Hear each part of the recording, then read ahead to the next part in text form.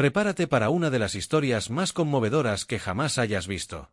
Antes de empezar, suscríbete al canal y dinos desde qué ciudad la estás viendo. Gracias y comencemos con la historia. En la vasta y silenciosa hacienda Santa Veridiana, antes incluso de que el primer rayo de sol osara tocar el horizonte de Minas Gerais, la oscuridad de la madrugada aún abrazaba los cuerpos en fila. Trapos descoloridos cubrían la piel marcada, pies descalzos sentían la frialdad de la tierra húmeda, y los ojos, los ojos hundidos de un cansancio ancestral, eran testigos del amanecer de un día más sin voz, sin nombre, sin elección. Era el presagio de una rutina cruelmente familiar. Pero, en medio de ese dolor visible, había un brillo diferente. Una mujer, Guadalupe, se erguía en su imponente negrura, alta, de manos grandes y brazos que cargaban historias escritas en cicatrices. Había en ella una serenidad tan profunda que, paradójicamente, inquietaba la rigidez de los señores y encendía la llama de la esperanza en sus iguales. Mientras la mayoría seguía el arduo camino hacia el cafetal, Guadalupe subía en dirección a la casa grande. Su singular presencia la convertía en una esclava de adentro. Doña Beatriz, la señora de la casa, no la amaba. El amor, quizás, era un lujo que el cautiverio no permitía, pero confiaba en ella de un modo que a sí misma sorprendía. Al fin y al cabo, desde que el pequeño Vicente, su hijo, había sido afectado por fiebres persistentes que ningún médico lograba controlar, había sido Guadalupe, con la simplicidad de un toque y la melodía de una canción en lengua olvidada, quien había traído el sueño y el alivio al niño. El varón, hombre severo y ceñudo, siempre impecable en sus botines lustrados y su chaqueta ajustada, refunfuñaba: «Los negros no curan a nadie. Eso es superstición». Pero ni su voz grave, ni su mirada de reprobación, tuvieron el valor de alejar a Guadalupe de allí, pues, en cada crisis del niño, era ella, y solo ella, quien lograba calmarlo, trayendo una paz que desafiaba toda lógica y todo prejuicio. Vicente, un niño flaco de ojos siempre tristes y piel eternamente febril, llevaba la fragilidad en cada hueso. Desde la cuna, la enfermedad era una sombra constante, y los doctores, con sus pócimas caras y palabras vacías, iban y venían, dejando solo la cuenta y la desesperanza. Pero Guadalupe sabía.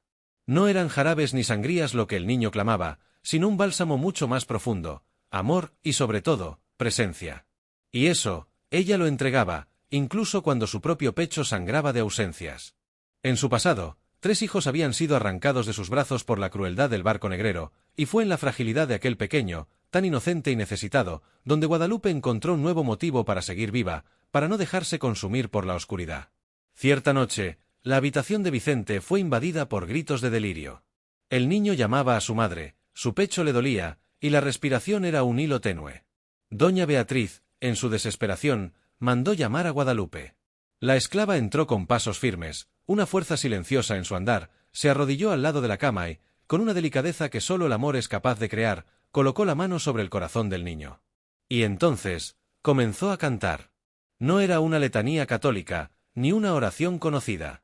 Era una canción de su gente, venida de la tierra que el cautiverio le había robado, pero que la memoria, terca y resistente, aún guardaba. Al sonido de aquella melodía ancestral, el niño, como por un milagro, se durmió. El varón, petrificado en la puerta, observaba la escena. Sus ojos, acostumbrados a la dureza, se humedecieron y él lloró bajito, un llanto mudo de quien presencia lo inexplicable. Guadalupe permaneció allí, sentada en el suelo frío, velando el sueño del niño hasta que el sol nació.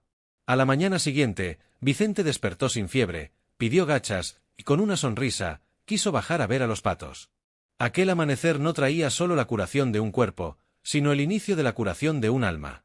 La noticia, como fuego en paja seca, corrió por toda la hacienda. En el barracón, los susurros traían reverencia: «Guadalupe tiene dones, ella cura». En la casa grande, los cuchicheos estaban teñidos de temor y desconfianza: «Ella hace brujería, es cosa del demonio». Pero la verdad de aquel amanecer, apenas comenzaba a desvelarse. El sol apenas tocaba el patio y ya se extendía por los rincones la certeza de que el niño, antes moribundo, había sanado. Los esclavos se miraban en silencio, una mezcla de esperanza y admiración en sus ojos, una conexión que el dolor había forjado. Guadalupe, como siempre, no decía nada, solo retomaba su lugar en la cocina. Sus manos, callosas por la vida, se movían con la misma dignidad de siempre, su cabeza erguida, un testimonio silencioso de una fuerza que venía de dentro. Desde la galería, doña Beatriz observaba cada movimiento, el rostro cansado y los ojos rojos por las noches en vela. La voz de Guadalupe, en su melodía curadora, aún resonaba dentro de ella, como un bálsamo que, lentamente, limpiaba alguna suciedad antigua del alma. Un impulso de gratitud la invadió, pero las palabras quedaron atrapadas en su garganta. Criada para mandar, para ejercer el control, la señora no sabía cómo lidiar con la vulnerabilidad de un agradecimiento sincero. En la casa grande, la furia del varón era un vendaval. Había despertado con el zumbido insoportable de los criados, que, por los pasillos, murmuraban sobre la negra como si fuera una santa. Aquello, él no podía permitirlo. Aquí no es un patio de brujería, ni el barracón manda, gritó, arrojando la taza de café contra la pared, el estruendo haciendo eco de su ira contenida. Doña Beatriz se encogió en un silencio prudente. Ella sabía que, cuando su marido se irritaba, lo mejor era desaparecer. Pero aquel día, algo inédito la invadió. Por primera vez, no era miedo al varón lo que sentía, sino un temor. Gélido por lo que él sería capaz de hacer con Guadalupe. Porque, por más que su mente entrenada se resistiera, su alma sabía, sin la presencia de aquella mujer, sin su mano firme y su canto suave, su hijo no habría sobrevivido a aquella fiebre. Una verdad incómoda, pero innegable, comenzaba a instalarse en el corazón de la señora. Mientras tanto, la vida seguía en la rutina silenciosa del barracón y sus alrededores. Guadalupe, con sus manos hábiles, lavaba la ropa en el lavadero de piedra, el agua fría abrazando su piel, el ritmo de las tareas un bálsamo para la mente. Fue entonces cuando sintió pasos detrás de ella. Era Yolanda, la nueva sirvienta, la desconfianza bordada en su mirada. Fue brujería lo que le hiciste al niño, ¿verdad? La pregunta, cargada de malicia, flotó en el aire. Guadalupe no se volvió, no interrumpió el suave movimiento de sus manos, manteniendo la calma que le era peculiar. Fue amor, respondió, la voz simple, pero cargada de una verdad profunda. Yolanda resopló y se fue, quizás buscando en su propia ignorancia una respuesta más conveniente. Guadalupe sabía. En un lugar donde la crueldad era ley y el dolor, rutina, el precio de amar, de cuidar, era demasiado alto. Aquel amor desinteresado, genuino, era visto como amenaza, como hechicería, porque desafiaba la lógica perversa del cautiverio. Más tarde, doña Beatriz la llamó a la sala. La voz de la señora estaba temblorosa, cargada de una vulnerabilidad recién descubierta. Guadalupe, quiero pedirte una cosa. Guadalupe simplemente esperó, un leve asentimiento con la cabeza. Quiero que te quedes con él toda la noche. El doctor dice que la fiebre podría regresar. Guadalupe asintió de nuevo, un movimiento casi imperceptible.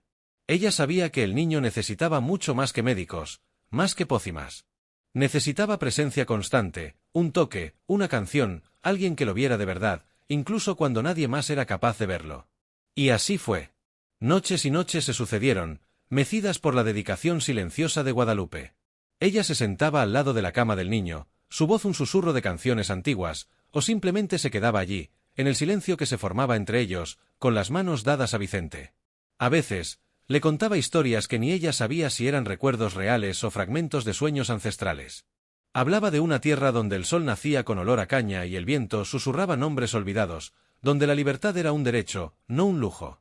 El niño, mecido por aquellas palabras y por su presencia, sonreía, dormía mejor, sentía menos dolores. Pero, paradójicamente, cuanto más mejoraba Vicente, más crecía la ira del varón, como una nube oscura que se negaba a disiparse. Cierta noche, él invadió la habitación y los encontró, Vicente durmiendo, acurrucado en el regazo de Guadalupe.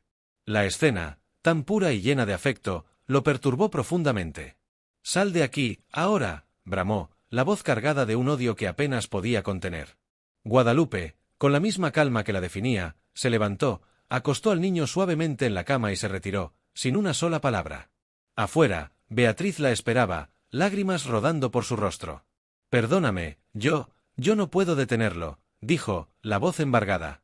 Guadalupe le tocó el hombro con suavidad, un gesto de compasión que trascendía el cautiverio. «Quien ama protege». «Solo eso basta», respondió, y en aquellas pocas palabras había una sabiduría que la señora, en su vida de privilegios, jamás había aprendido. En el barracón, los rumores, como un fuego lento, se extendían y crecían. Algunos decían que el varón, en su furia ciega, quería venderla, arrancarla de allí para siempre. Otros, que planeaba un castigo cruel, público, para silenciar los cuchicheos y restaurar su autoridad. Pero aquella misma noche, en medio de la inquietud colectiva, Guadalupe soñó. Un sueño vívido, diferente a todos los demás. El pequeño Vicente, de pie frente a ella, decía algo que lo cambiaría todo. En aquella noche bochornosa, Guadalupe apenas pudo pegar ojo. La imagen del niño, tan frágil y amado, hablándole en un idioma que no escuchaba desde los oscuros calabozos del barco negrero, no se le iba de la mente. En el sueño, el pequeño le extendía las manos, y con la urgencia de quien necesita vivir, murmuraba: «Guadalupe, no te vayas. Te necesito. Quiero vivir». Ella despertó con el corazón oprimido, un gélido presentimiento de que algo grave estaba a punto de suceder. Afuera, el gallo aún no pensaba en cantar, el cielo estaba envuelto en una densa oscuridad, pero sus pensamientos, sus pensamientos estaban claros como nunca. Al amanecer, cuando fue a buscar agua al pozo, la ligereza del rocío en el aire fue cortada por la voz de Tobías, uno de los esclavos más viejos, que la llamó a un rincón, la voz baja, cargada de aprensión.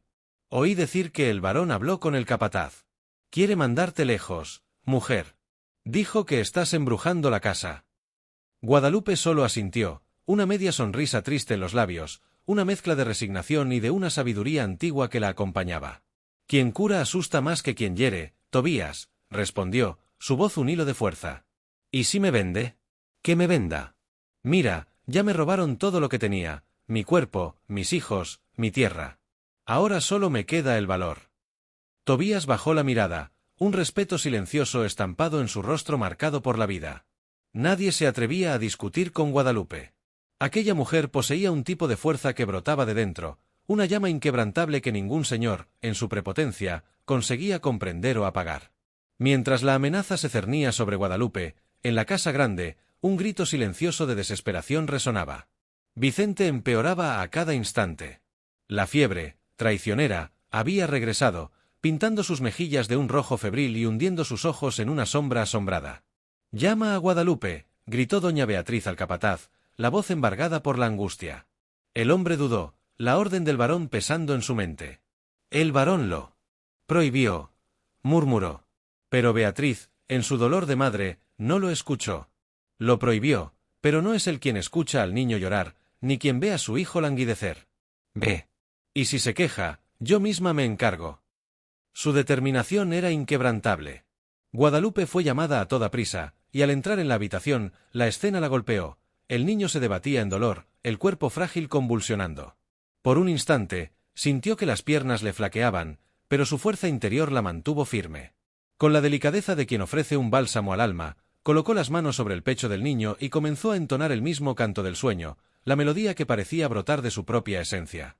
Vicente, como si reconociera aquel hilo de esperanza, se calmó lentamente.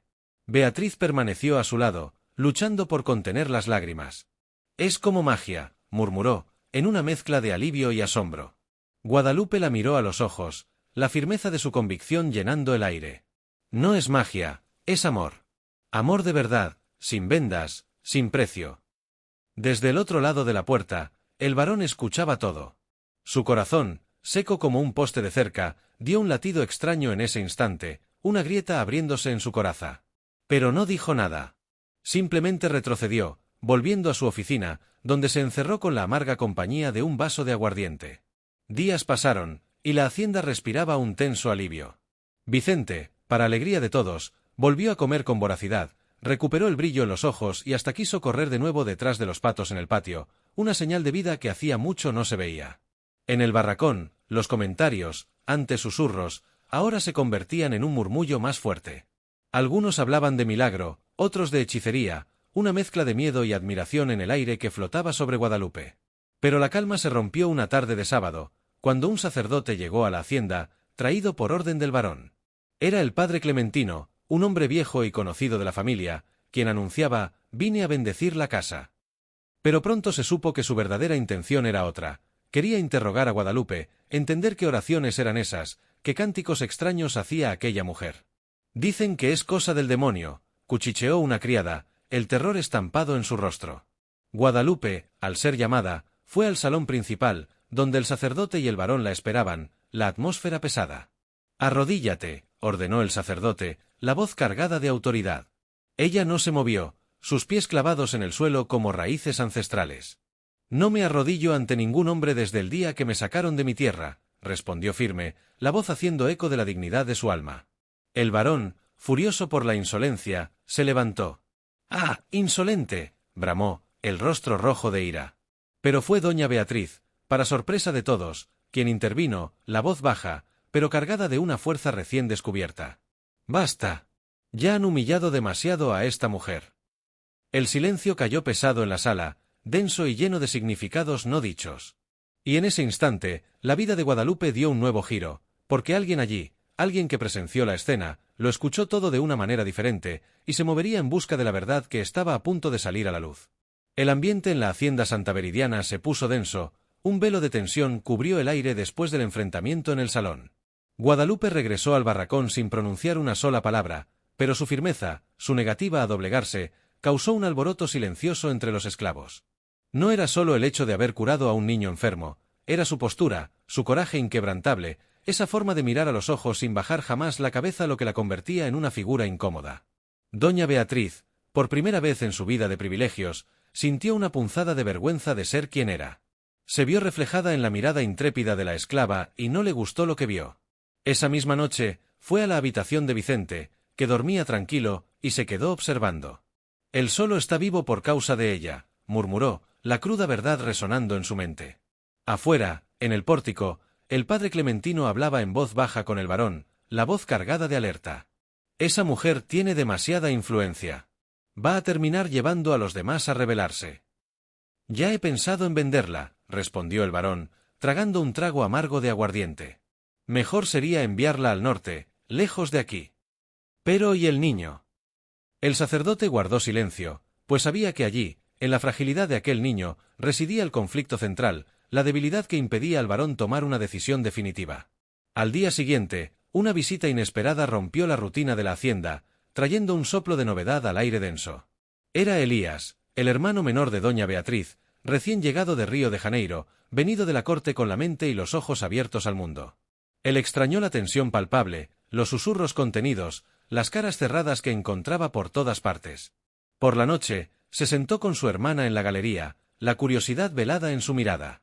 «¿Qué pasa aquí?», preguntó, la voz suave, pero firme. Beatriz dudó por un momento, pero la necesidad de desahogarse fue más fuerte. Le contó sobre Guadalupe, las curas, las sospechas de hechicería, el miedo que se apoderaba de la casa. Elías no reaccionó con el escándalo que ella esperaba. «Mira, Beatriz», dijo él, con una calma sorprendente, «¿quiénes somos nosotros para entender lo que Dios usa para curar? Tal vez él también hable en su lengua». Su hermana lo miró, conmocionada. Nadie allí había hablado así, con tanta apertura de espíritu. Mientras tanto, en el barracón, Guadalupe, ajena a la conversación en la casa grande, preparaba un té para una de las mujeres que sangraba demasiado. Hacía lo que siempre hizo, cuidaba, sin esperar nada a cambio, solo la compasión moviendo sus manos. Más tarde, el silencio de la noche fue roto por el llanto asustado de Vicente. «Quiero a Guadalupe», gimió el niño. Beatriz, sin dudarlo, fue a buscarla con sus propias manos, un gesto impensable para la señora que era. Al llegar a la habitación, Guadalupe vio a Elías parado en la puerta. Los dos se miraron, y Guadalupe percibió algo diferente en aquel joven. No había miedo, ni la arrogancia fría de los otros blancos. Había una curiosidad limpia, un interés genuino. «¿La señora es quien canta para el niño?», preguntó Elías, la voz tranquila y respetuosa. Guadalupe asintió con la cabeza. «Canto sí, para que su alma recuerde que todavía está viva». «¿Y cómo aprendió eso?», continuó él, visiblemente intrigado. «No se aprende», respondió Guadalupe, sus ojos reflejando la sabiduría de toda una vida. «Fe y amor se llevan como marca en el cuero, en el corazón». Elías sonrió levemente, conmovido por la profundidad de aquella respuesta. «¿Puedo escuchar?», pidió.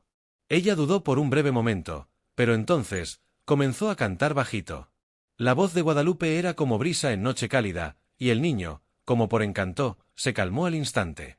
Fue entonces cuando el varón apareció en la puerta, con su habitual ceño fruncido. «¿Aquí qué pasó?». «Un teatro», bramó, la irritación evidente.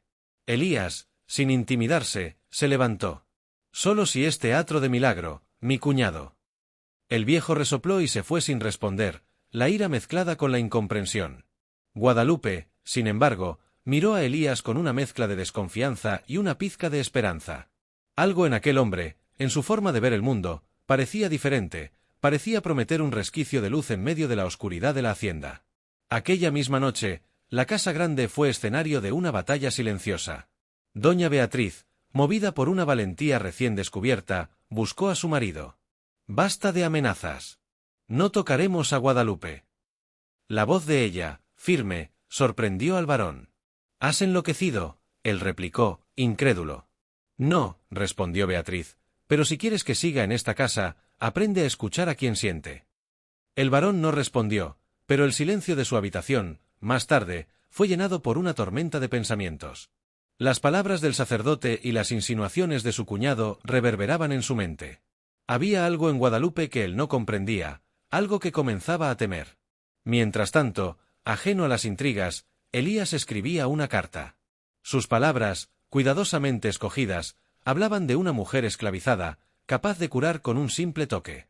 Preguntaba a un amigo médico en la corte, ¿has visto algo así? ¿Existe una explicación? ¿O es que finalmente estamos ante algo que ni la ciencia alcanza? La respuesta tardaría en llegar, pero el destino, implacable, no esperaría. Pues pronto, mucho antes de lo previsto, una nueva tragedia se abatiría sobre la hacienda, poniendo a prueba todo lo que Guadalupe llevaba en el pecho, su fe, su fuerza y, sobre todo, su amor. Era de madrugada cuando los gritos desesperados de doña Beatriz resonaron por la casa grande. «Vicente, Vicente, mi hijo». Guadalupe se despertó con la llamada, un escalofrío en la espalda, y corrió, descalza, con el vestido arrugado, el corazón apretado en el pecho. Al llegar a la habitación, encontró al niño debatiéndose en delirio, el rostro enrojecido, los ojos desorbitados por la desesperación. «¡Ah, se está quemando!», gritaba Beatriz, la voz temblorosa, al borde del colapso. El varón, en su hobby y con las botas mal puestas, ya mandaba a buscar al doctor a galope, pero Elías, que también había oído los gritos, fue directamente a Guadalupe, la confianza depositada en ella. «¿Qué tiene?», preguntó, la aprehensión visible. Guadalupe tocó el pulso del niño. Estaba débil. El cuerpo se debatía, pero el corazón latía descompasado. «Es fiebre de dentro», susurró ella, la voz grave y premonitoria. «¿Cómo así?», Elías cuestionó, sin entender. «No es del cuerpo, es del alma». Guadalupe tomó un recipiente con agua fría, y con la urgencia de ese momento, comenzó a cantar de nuevo, la melodía ancestral intentando alcanzar el alma del niño. Pero Vicente no respondía. El canto, que antes era bálsamo, parecía no surtir más efecto. El niño temblaba y gemía, los dientes castañeteando por un frío que venía de dentro. El varón irrumpió en la habitación, la furia descontrolada. «Saca a esa mujer de aquí. Es su culpa. Esa negra le puso algo al niño». Elías lo sujetó del brazo, la voz firme. «No seas ignorante. Fue ella quien ya lo salvó antes». Beatriz, desesperada, se arrodilló, la súplica en sus ojos. «Déjala intentar. Por Dios, hombre, déjala». El varón retrocedió, pero el odio en sus ojos denunciaba su renuencia. Guadalupe, con la calma que la hacía singular, preparó una infusión de hojas secas, escondidas en el dobladillo de su falda. Beatriz dudó por un instante, pero lo permitió. Elías observaba, atento a cada gesto, a cada movimiento, sintiendo que el tiempo corría en su contra. Vicente comenzó a murmurar palabras inconexas. «Mamá, ¿dónde está Pupo Oscuro?». Fue entonces cuando Guadalupe hizo algo que trascendió cualquier cura.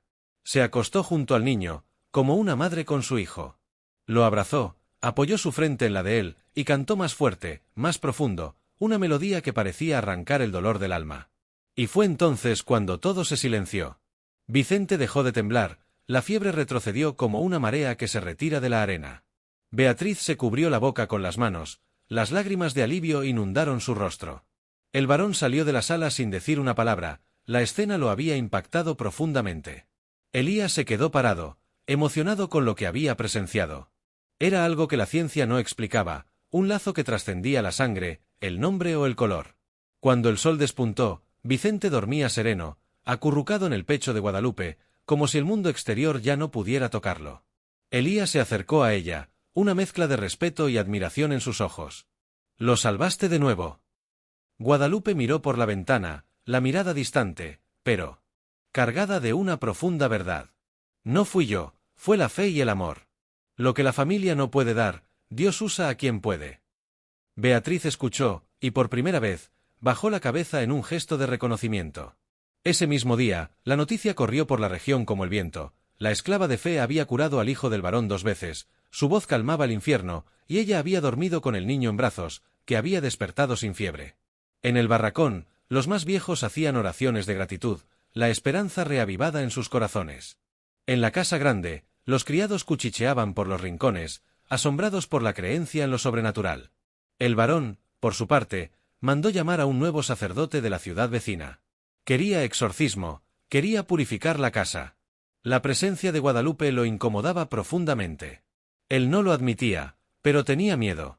Miedo de lo que ella representaba, de la fuerza que irradiaba, y de la verdad que ella, sin querer, revelaba sobre él mismo.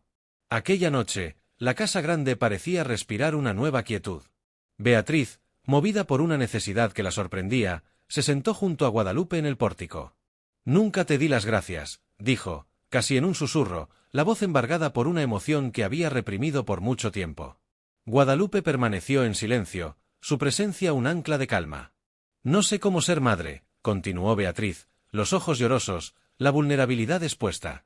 «Me enseñaron a mandar. Nunca a cuidar». Guadalupe la miró con una serenidad que calmaba el alma. «Madre, uno se convierte, pero primero hay que dejarse romper». Beatriz asintió, absorbiendo las palabras. Por primera vez, escuchó sin replicar, sin las defensas que la vida de señora le había construido. En el fondo del patio, Vicente corría detrás de los patos, riendo con los pies descalzos, su vitalidad recién descubierta llenando el aire de alegría. Era la primera vez que se sentía tan vivo. Y en lo alto de la colina, una silueta observaba la escena. Un hombre con sombrero ancho montado en un caballo castaño. Era Baltazar, antiguo socio del varón, que hacía mucho había desaparecido de la hacienda. Él regresaba, y con él, traía algo que cambiaría el destino de todos. El hombre desmontó lentamente del caballo, una figura imponente bajo el sombrero ancho, y sus ojos recorrieron la extensión de la hacienda santaberidiana con un brillo de reconocimiento. Era Baltazar, antiguo socio del varón, de quien no se sabía nada hacía 5 años.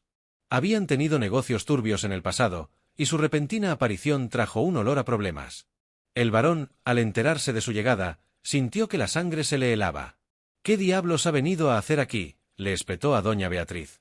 Baltazar fue recibido en la sala con frialdad, pero su calma era perturbadora. «Vengo a cobrar una vieja deuda», dijo, revelando un documento amarillento. 50 fanegas de tierra que anexaste a Santa Veridiana. La escritura desapareció para ti, pero yo la encontré. Y quiero lo que es mío». El varón palideció, la furia y el pavor mezclándose en su rostro. «No tienes ningún derecho», gritó, pero su voz ya flaqueaba. Doña Beatriz intentó intervenir, la aprensión visible, pero el varón la hizo callar. En ese instante, la ira lo consumió de tal manera que su cuerpo no soportó. Un dolor punzante le atravesó el pecho, y se desplomó. El alboroto en la casa grande fue inmediato. El varón, derribado por la furia y la enfermedad, yacía pálido y jadeante. Doña Beatriz, en pánico, ordenó que lo llevaran a la cama, y su primera y desesperada reacción fue mandar llamar a Guadalupe. «Tiene que venir. Ahora», gritó. Cuando Guadalupe entró en la habitación, la escena era desoladora. El varón, antes tan imponente, parecía encogido en su cama, el sudor frío escurriendo, el rostro contraído por el dolor y la fiebre que lo consumía. Él intentó refunfuñar, apartar la mano que Guadalupe gentilmente posó en su frente, pero la debilidad lo traicionó. Guadalupe no dijo una palabra. Caminó hasta la cabecera, acercó una silla y se sentó. «No vine a discutir con usted. Vine a cuidar», dijo, la voz serena, pero firme. Él se encogió, volteando el rostro. «No. Salga de aquí. No quiero su mano sucia en mí». Sin inmutarse, Guadalupe tomó un paño húmedo y, con la misma delicadeza de siempre, humedeció los labios resecos del varón. «La mano que usted llama sucia ya limpió los vómitos de su hijo, ya curó heridas de su ganado, ya detuvo el sangrado de su esposa. Pero si quiere morir solo, es su elección». El varón permaneció en silencio, pero no la echó. Y así, noche tras noche, Guadalupe se quedó.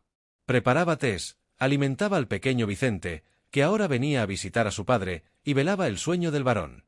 Incluso con las miradas de desprecio de los criados, incluso con los murmullos que la perseguían, incluso sabiendo que el mundo exterior podía ser más libre, más ligero, más justo, ella permaneció. No por deber, sino por un amor que no ruega, que no mendiga, un amor que elige. Beatriz intentó convencerla de que se fuera, diciendo que aquello no era justo, pero Guadalupe respondió: la justicia no se hace con venganza, se hace con coraje. En la tercera noche, mientras Guadalupe le humedecía la frente, el varón abrió los ojos y susurró: ¿por qué no te fuiste, negra? Estoy aquí, respondió Guadalupe. ¿Por qué?, preguntó él, la curiosidad velada en su tono. Ella dudó, y entonces, con una verdad que venía del alma, dijo: porque incluso cuando nos niegan nombre y lugar, la sangre grita más fuerte. Él la miró. Por primera vez, la miró de verdad. Guadalupe, mis padres te llevaron de aquí, confesó, la voz casi inaudible. Ella asintió con los ojos. Creía que me protegería del escándalo, pero solo me separó de mi historia. El varón volteó el rostro avergonzado. El silencio se extendió en la habitación, denso de verdades no dichas, y entonces, con voz casi infantil, susurró: no te odio.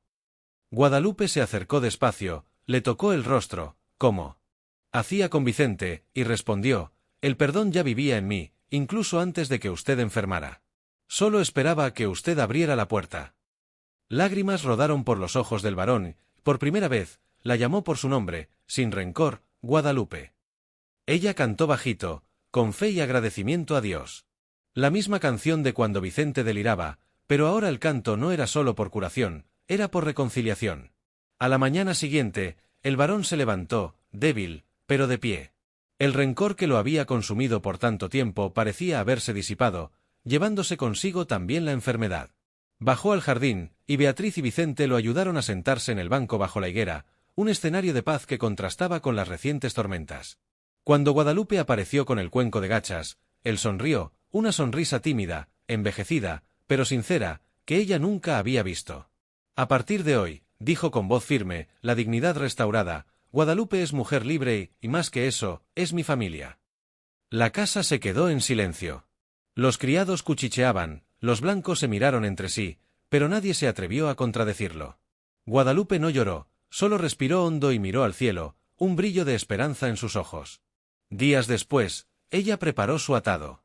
Estaba lista para, al fin, partir, pero Vicente corrió hacia ella, abrazándola por las piernas. «¿Vas a dejarme, Guadalupe?», gimió el niño. Ella se arrodilló, lo miró a los ojos, y respondió con la dulzura de una madre: «Ahora tienes a tu padre completo, y yo, ahora, puedo seguir en paz». El varón se acercó despacio. «El mundo allá afuera te tratará con menos dignidad de la que mereces. Pero si algún día quieres volver, esta casa es tuya». Guadalupe sonrió, le apretó la mano, un gesto de profunda conexión, y partió con pasos firmes. En el camino de tierra batida, ella tarareaba. Ya no era lamento, era liberación. Y quien mirara de lejos veía solo a una mujer negra siguiendo sola. Pero allí, en aquellas huellas, había una historia entera, tejida de dolor, coraje, renuncia y amor. Una mujer que trazó un nuevo camino, esparciendo fe y amor por cada rincón que pisó, hasta que Dios la llamó así.